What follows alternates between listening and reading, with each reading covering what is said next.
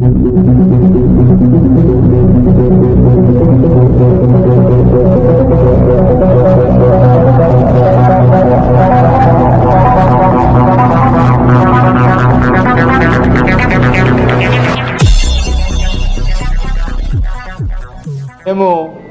ముందు ప్రభుత్వాల్లాగా కక్ష సాధించడం మా ఉద్దేశం కాదు. కక్ష కట్టడం, వేరే పార్టీ వాళ్ళను వెలివేయడం, అక్రమ కేసులు బనాయించడం, అధికారులపై పెత్తనం జలాయించడం ఇవన్నీ ఇంక ఉండవని నేను సభాముఖంగా తెలియజేసుకుంటున్నా. మా లక్ష్యం ఒకటే, ఈరోజు ఈ రాష్ట్రంలో ఎక్కడ ఎప్పుడూ లేని విధంగా ఇంత మెజారిటీతో ఈ ప్రభుత్వం ఏర్పాటు చేసినామంటే దానికి కారణం ప్రతి ఒక్కరూ. దానిలో రైతులున్నారు, కార్మికులున్నారు, ఉద్యోగస్తులున్నారు, అందరూ ఉన్నారు. కాబట్టి ఎవరిపైన ఏ విధమైన జులుము ఉండదని మరొక్కసారి మీ ముందర తెలియజేసుకుంటున్నాం. మా ప్రభుత్వం లక్ష్యం ఒకటే, ఫ్రెండ్లీగా పనిచేయడం. అధికారులకు కూడా ఒక మంత్రిగా నేను ఒకటే విన్నవించుకుంటున్నా, ఆదేశించడంలే విన్నవించుకుంటున్నా, మీరు కూడా ఈ ఉమ్మడి కుటుంబం లాంటి రాష్ట్రంలో ప్రజలే కాబట్టి ప్రజలు మన దగ్గరికి ఎవరు వస్తారో వాళ్లకు తప్పకుండా మేలు జరిగే విధంగా మీరు చర్యలు తీసుకోవాలా. ఏ అధికారిపై రాజకీయ నాయకుని ఒత్తిడి ప్రలోభాలు అయితే మేము పెట్టం, మా నాయకులు కూడా పెట్టరు. అంతేగాని ముందు ప్రభుత్వాల్లాగా ఇండ్లకు పిలిపించుకొని మిమ్మల్ని బెదిరించి ట్రాన్స్ఫర్లు చేయిస్తామనో మీ ఉద్యోగాలు తీసేస్తామనో బెదిరించే లక్ష్యము తత్వం ఈ ప్రభుత్వానికైతే లేదు. ఇది మీరు గ్రహించాల.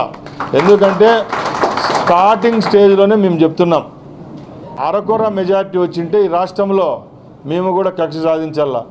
ఈరోజు 170 మంది ఓట్లేసి గెలిపించిన ప్రభుత్వం ఇది. కాబట్టి తప్పకుండా మీ అందరి సహకారంతోనే మేము అధికారంలోకి వచ్చినాం.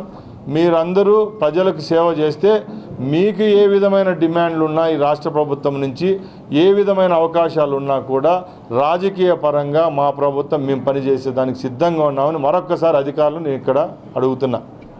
అలాగే ఈరోజు ఈ మీటింగ్ విషయానికి వస్తే చాలా బాధగా ఉంది. మొట్టమొదటిగా ఈ అన్నమయ్య జిల్లా ఏర్పాటైన తర్వాత, ఈ నియోజకవర్గం ఏర్పాటు అయిన తర్వాత రాయచోటి ప్రజల ఓట్లతో గెలిచిన ఎమ్మెల్యే నేను. ఏ ముఖ్యమంత్రి ఏ ప్రభుత్వంలో ఇవ్వని అవకాశం చంద్రబాబు నాయుడు గారు ఈ నియోజకవర్గానికి ఇవ్వడం జరిగింది.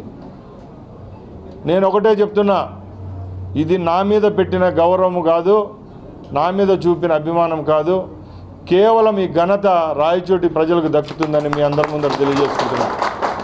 అలాగే ఈ మండల సర్వసభ్య సమావేశంలో నేను ఒకటి చెప్పదలుచుకున్నా, గత ప్రభుత్వాల్లో ఏమీ పని లేకున్నా కూడా మండలం ఆఫీసులకు వచ్చి మండల మీటింగ్ అంటే అధికారులపై పెత్తనం జలాయించి వాళ్ళను దుర్భాషలాడిన ప్రజాప్రతినిధులు ఈ సంబేపల్లికి చెందిన వాళ్ళు ఈరోజు ఎక్కడికి పోయారని అడుగుతున్నా. ఇక్కడ దొంగగా నామినేషన్లు వేసి ఎదుటివారి నామినేషన్ పత్రాలు దించి ఎంపీటీసీలుగా జెడ్పీటీసీలుగా గెలిచిన ఆ ప్రభుత్వాలకు సిగ్గు శరం ఉందని అడుగుతున్నా. ఈరోజు ఈ మీటింగ్ రాంప్రసాద్ రెడ్డి సొంత మీటింగ్ కాదు, ఈ మీటింగు సంబేపల్లి మండల ప్రజల యొక్క అభివృద్ధి గురించి, వాళ్ళ యొక్క రేపు రాబోయే కాలంలో వాళ్ళకి ఏమైతే మనం పని చేస్తామో చేయబోతామో దాని గురించి అధికారులతో చర్చించే మీటింగ్ ఇది.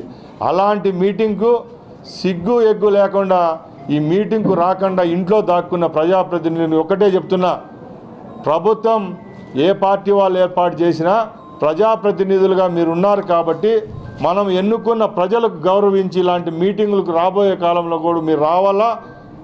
వస్తే గౌరవం ఉంటుంది, లేకపోతే ప్రజల దగ్గర అవమానాలకు పాలవుతారని సంబేపల్లి మండల ప్రజాప్రతినిధులు ఎవరైతే ఈరోజు రాలేదో వాళ్లకు నేను ఇక్కడి నుంచి మరొకసారి వేడుకుంటున్నా. ఇంకొకటి చెప్తున్నా, అభివృద్ధి జరగాలంటే అధికారులతో చర్చించాలి. ఈరోజు మన నియోజకవర్గానికైతేనే మన మండలానికైతేనే ఏ విధమైన కార్యక్రమాలు చేపడితే రాష్ట్ర ప్రభుత్వం నుంచి నిధులు వస్తాయి, లేకపోతే మన జిల్లా స్థాయిలో నిధులు వచ్చే విధంగా అధికారులు ఎక్కడెక్కడికైతే మనకు అవసరమో నియమించుకోవడము, అలాగే రాబోయే కాలంలో చేపట్టే కార్యక్రమాలన్నీ విషయాల గురించి చర్చించే కాలము సమయం ఈరోజు ఉంది. ఈరోజు వాళ్ళు రావకపోవడం చాలా బాధాకరంగా ఉంది. మరొకసారి వాళ్ళకి హితవు పలుకుతున్నా. మరొకసారి చెప్తున్నా, సంబేపల్లి మండలంలో మా పార్టీకి ఎంతో గౌరవం ఇచ్చారు ఈ నియోజకవర్గంలోని ప్రజలు. వాళ్ళ రుణము తీర్చుకునేదానికి 5 సంవత్సరాలు మాకు ఆ దేవుడు అవకాశం ఇచ్చినాడు. కాబట్టి తప్పకుండా అధికారులతో అందరితో సమన్వయంతో పని చేసుకొని ఈ మండలాన్ని అభివృద్ధి పదంలో నడిపించేదానికి మా ప్రభుత్వం అయితేనే, మంత్రిగా నేనైతేనే సిద్ధంగా ఉన్నానని తెలియజేసుకుంటూ సెలవు తీసుకుంటున్నా. జై హింద్, జై తెలుగుదేశం, జై చంద్రబాబు.